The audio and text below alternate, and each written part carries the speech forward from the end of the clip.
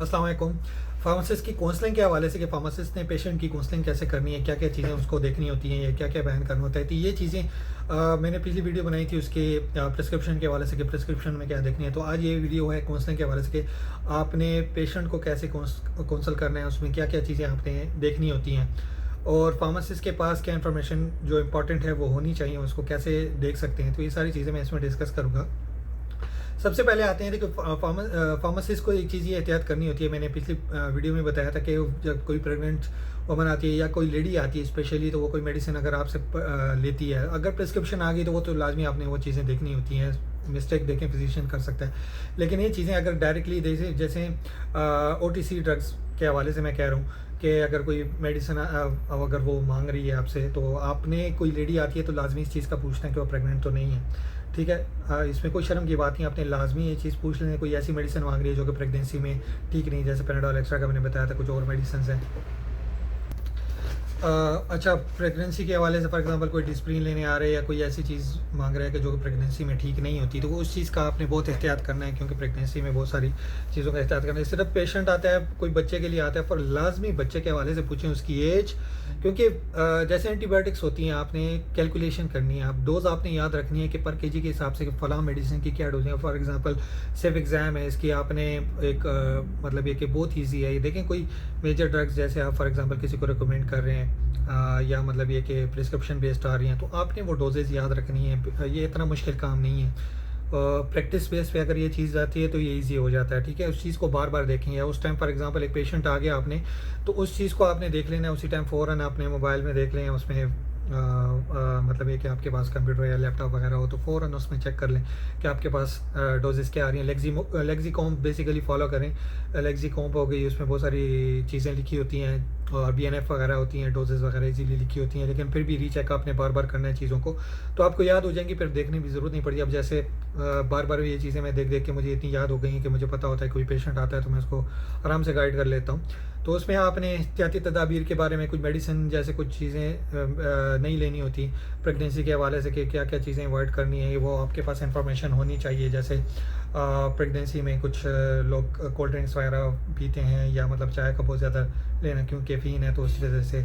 अच्छा, blood thinners कोई ऐसी मेडिसिन जैसे डिस्प्रिन वगैरह हो गई, ये चीज़ें अवॉइड करनी थी। हाँ, एस्पिरिन की जो लो डोज समटाइम वो प्रिस्क्राइब करते हैं, तो उस चीज़ का एहतियात करना है, क्योंकि वो कुछ ऐसी पेचीदा प्रॉब्लम्स होती हैं जिसकी वजह से वो लिख देती हैं। इसी तरह उसमें जैसे डोफास्टान भी उसमें लिखा जाता है। तो बहरहाल ये चीज़ें अवॉइड देखनी होती हैं। अब आ जाते हैं फॉर एग्जांपल कंट्रासेप्टिव वगैरह, कोई ईमेल आती है आपसे कंट्रासेप्टिव वगैरह पूछती है, तो आपने उसके हवाले से गाइड करना है कि कौन से डे से ये स्टार्ट करनी है आपने। ठीक है, फॉर एग्जांपल मेंसेस के डेट स्टार्ट हो गए हैं, तो बाज़ गोली होती है जो कि फर्स्ट डे से स्टार्ट करनी है, बाज़ थर्ड डे से स्टार्ट करनी होती है, तो ये चीज़ें आपने देखनी होती हैं।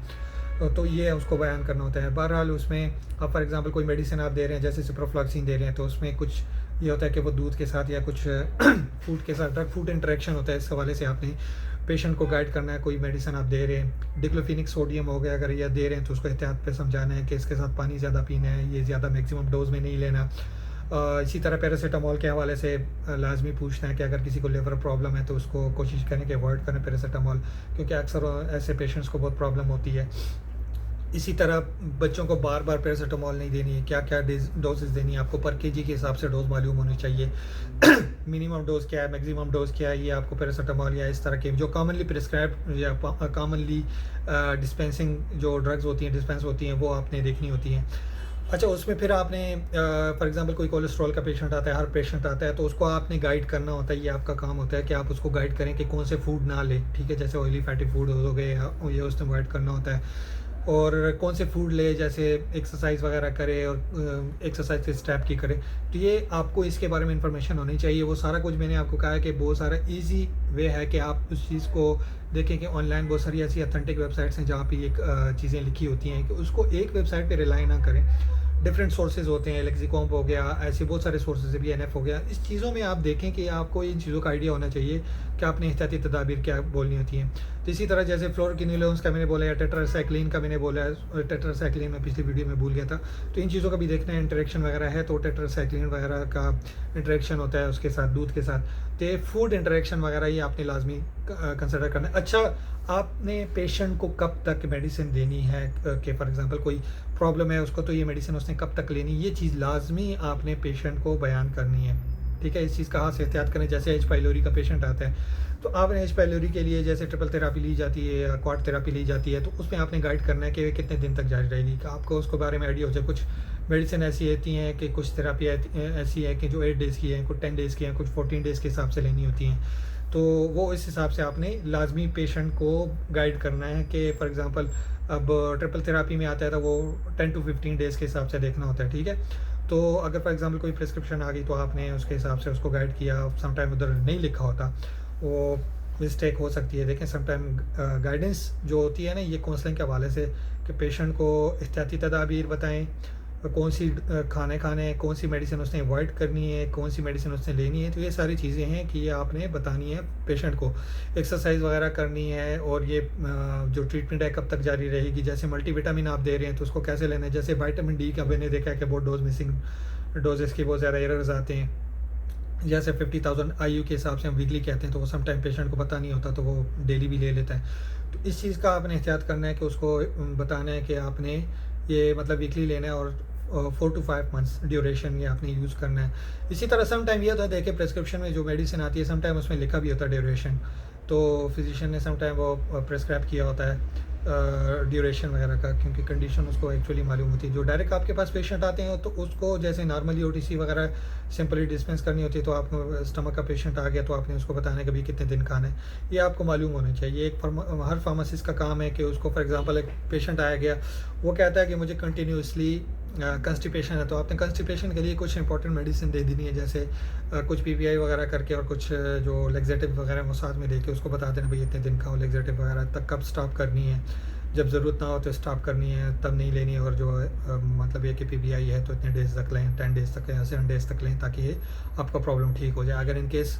परसिस्ट रहता है प्रॉब्लम तो फिर उसको रेफ़र करें ताकि वो एच पाइलोरी का टेस्ट कराएं, यूजुअली इन केसेस में होता है। तो ये कुछ चीज़ें हैं, जैसे इन चीज़ों का ये कॉमन जी मतलब ये कि डिजीज़ हैं, कॉमन पेशेंट्स हैं इसके, तो ये चीज़ों को बात एहतियात करना है। कोलेस्ट्रॉल वगैरह के पेशेंट्स का बहुत ज़्यादा एहतियात करना है, उनको पता नहीं होता, वो कंटिन्यूसली ये चीज़ देते हैं। अच्छा, शार्टिका जैसी आती है, अर्कोनिसा जिसे हम कहते हैं, शार्टिका का पेशेंट मैंने देखा है कि बहुत ज़्यादा मिसगाइड होता है, उसको पता नहीं होता बहुत सारा, वो समटाइम ठीक है वो जो नर्व प्रॉब्लम होती है उसकी वजह से शार्टिक पेन होता है, लेकिन इसमें बहुत सारे पेशेंट आते होते हैं जिसको हाई ट्राइग्लिसराइड लेवल होता है और यूरिक एसिड होता है, जिसकी वजह से उनको ये पेन होता है। तो वो समटाइम ये होता है कि मिसडायग्नोज भी हो जाता है, तो समटाइम आप कोशिश करें कि उसको दोबारा रेफ़र करें किसी और उसके पास, और उसको लिख के दें। ये सारी चीज़ें होती हैं कि ये फार्मासिस्ट को भी आइडिया होना चाहिए। देखें, आप ऐसे पेशेंट्स को डेली बेस पे देखते हैं, तो आपका भी इतना एक्सपीरियंस हो जाता है कि आप को पता चल जाता है कि यार फलां किस टाइप का पेशेंट आपके पास आ रहा है और क्या आ रहा है। हाँ, और एक और बहुत इंपॉर्टेंट दर्द कि सर दर्द के हवाले से मैंने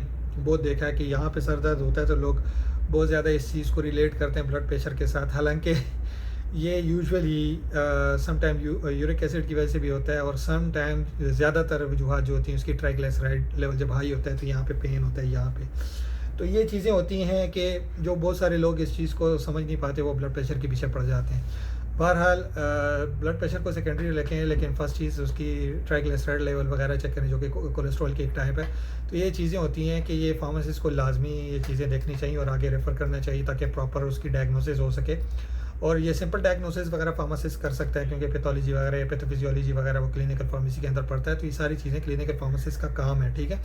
तो आप एज ए क्लिनिकल फार्मासिस्ट या फार्मासिस्ट कम्युनिटी फार्मासिस्ट आप इस चीज़ को अंडरस्टैंड करें कि आपने ये सारी चीज़ें देखनी होती हैं, ठीक है। तो ये प्रैक्टिस बेस पे आती हैं। जब आप प्रैक्टिस करेंगे, बार बार इस चीज़ों का स्टडी करेंगे, तो आपको इन चीज़ों का अंडरस्टैंडिंग होगी। अगर आप स्टडी नहीं करेंगे तो आपको अंडरस्टैंडिंग नहीं होगी इन चीज़ों की। बार बार इस चीज़ों को आप देखिए, प्रैक्टिस में एक चीज़ को लेके आए तो आप सीखेंगे। जब प्रैक्टिस में एक चीज़ को लेके नहीं आएंगे, कभी भी नहीं सीख सकते। तो इसके अलावा भी अगर कोई ऐसा पॉइंट मुझसे रह गया हो तो आप बेशक कमेंट कर सकते हैं। इंशाल्लाह मैं कमेंट में भी जवाब दूंगा, कोशिश करूंगा। नहीं हो तो कोई ऐसा पॉइंट हो जिसकी ज़रूरी हो तो मैं वीडियो बना के आपको इंशाल्लाह ज़रूर क्लियर करूंगा। Thank you.